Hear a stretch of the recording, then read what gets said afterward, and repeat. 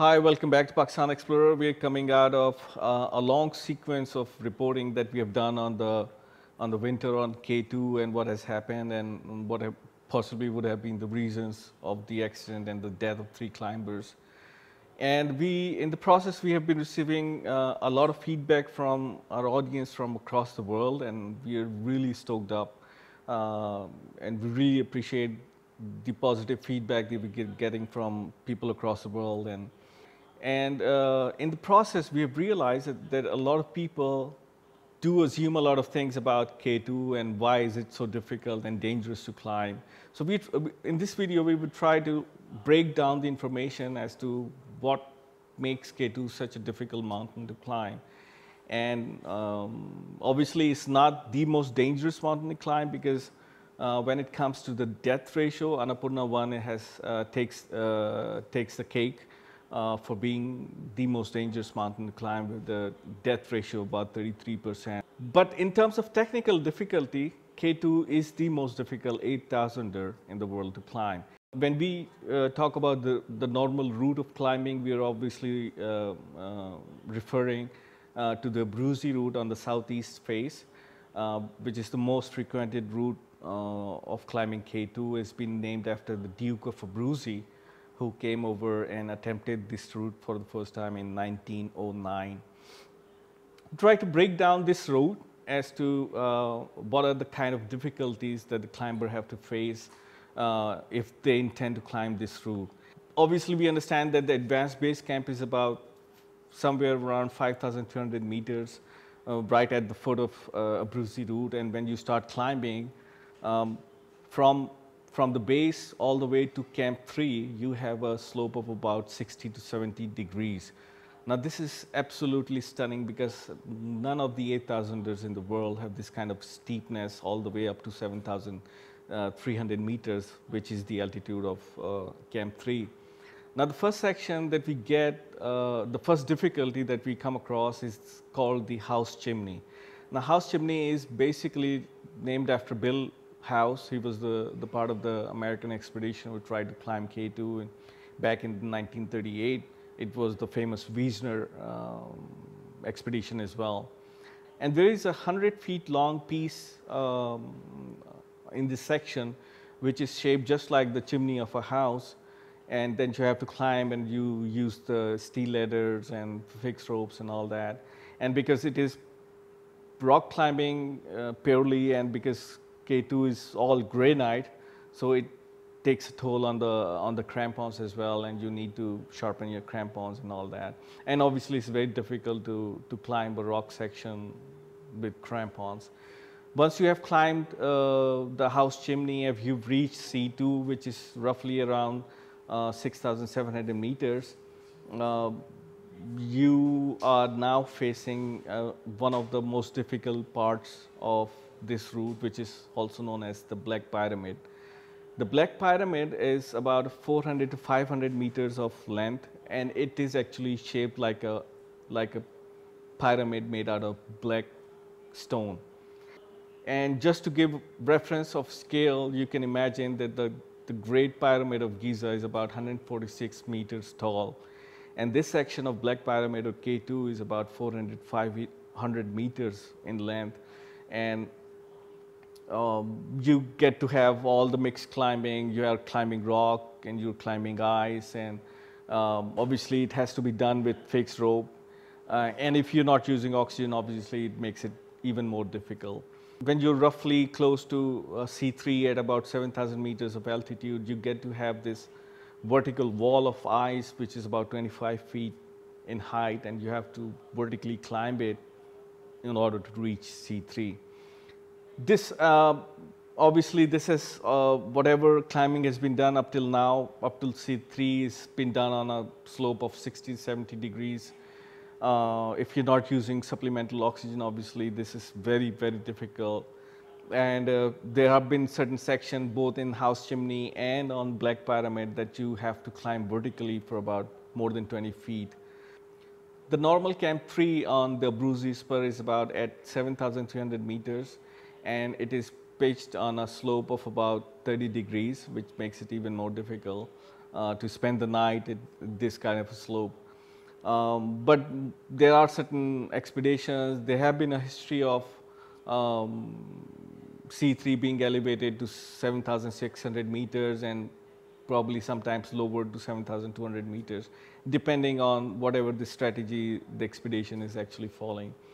And from there onwards, you have to climb about 500 meters more to reach the shoulder of K2, where you actually get to set up Camp 4. And Camp 4 on the Brucey Spur is the first biggest relief on the whole route, where you get to have horizontal plane, where you can set up Camp 4, and you can have a proper night, you can spend a proper night. But this is an elevation of more than 7,900 meters, and it is very demanding because you constantly have to keep switching on the oxygen cylinders, and if you're not using oxygen, then obviously you need to be really well acclimatized to the situation. So once you are at the altitude of about 8,000 meters, you realize that you are in the death zone and you have just very limited time to be at the top of summit and to come back and to lower your altitude. This Camp 4 is a relief probably in a way that it is the eye of the hurricane, because what comes next is the most difficult part on any 8,000ers in the world, is known as the bottleneck. And it is called bottleneck is because it is actually of the shape of a bottleneck that you have to climb up all the way at an altitude of 8,200 meters. And all this is done under a huge mountain of ice, the infamous Sirac right above the bottleneck, which has been hanging for probably millions of years.